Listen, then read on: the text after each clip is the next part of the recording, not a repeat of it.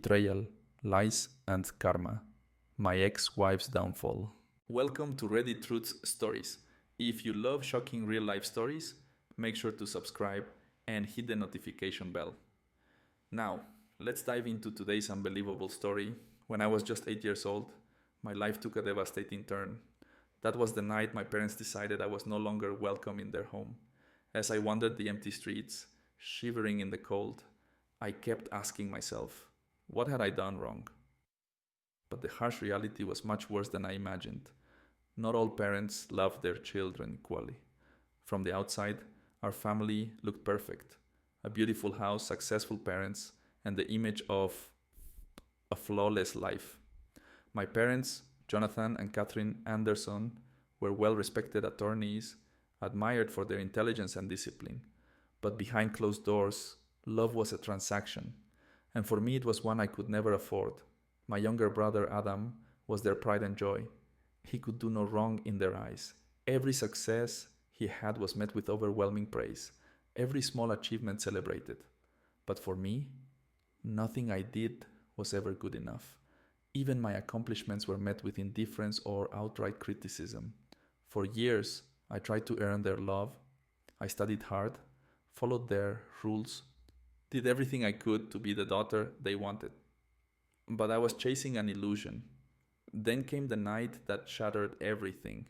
I had just gotten home from school, clutching a math test I had worked tirelessly to pass. A C+. Not perfect, but I had tried my best. As soon as I stepped inside, I heard them arguing about me.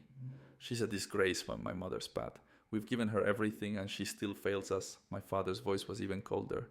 We've tried molding her into something worthwhile, but she's simply incapable of success. I stood frozen in the hallway, gripping the paper so hard my knuckles turned white, but nothing could prepare me for what came next. Maybe it's time for her to leave. I was 8, and my own parents were deciding I wasn't worth keeping. That night, they called me into the living room. My father sat with his arms crossed, my mother standing beside him with an expression of pure disappointment. Adam was nowhere in sight. He never had to witness these moments. Mia, my father said flatly, you're not meeting our expectations, and frankly, we're done trying. Trying what? I asked, my voice barely above a whisper. Trying to fix you. My mother's voice was void of emotion. If you can't live up to our standards, then you don't belong here.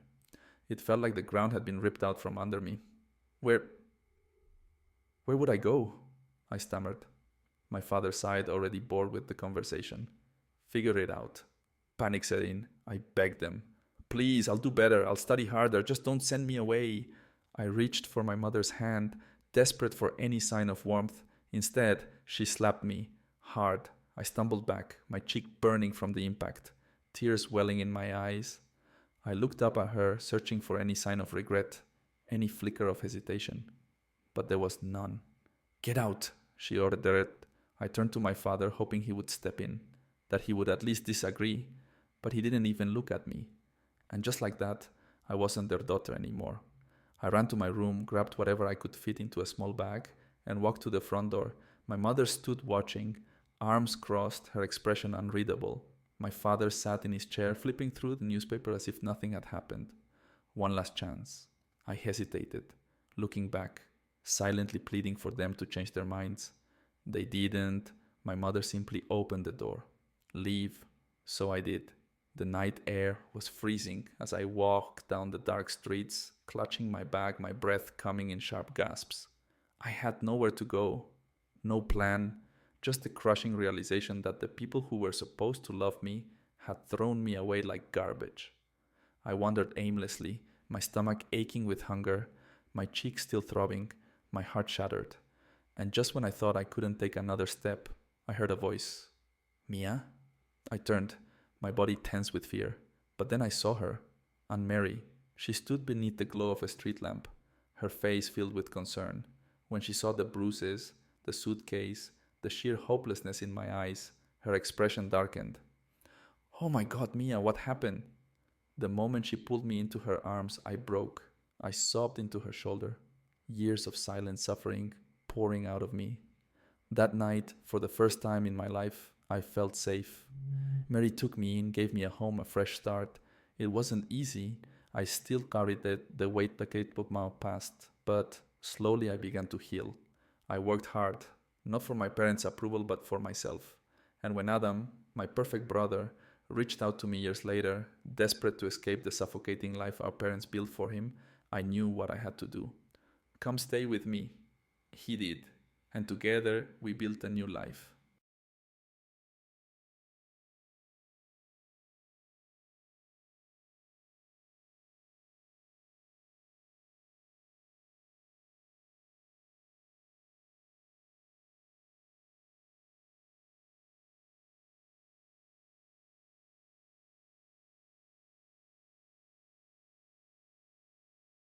Well, one free from their expectations, one where we could finally be ourselves. And then years later, my mother called. After all this time, she suddenly decided I was welcome back home. You need stability, Mia, she said. That little community center nonsense won't sustain you forever. I laughed. I'm never coming back. She tried to guilt trip me, to manipulate me, to make me feel small again. But it didn't work because I was finally free. And I had something better than their approval. I had the real family, one I chose for myself.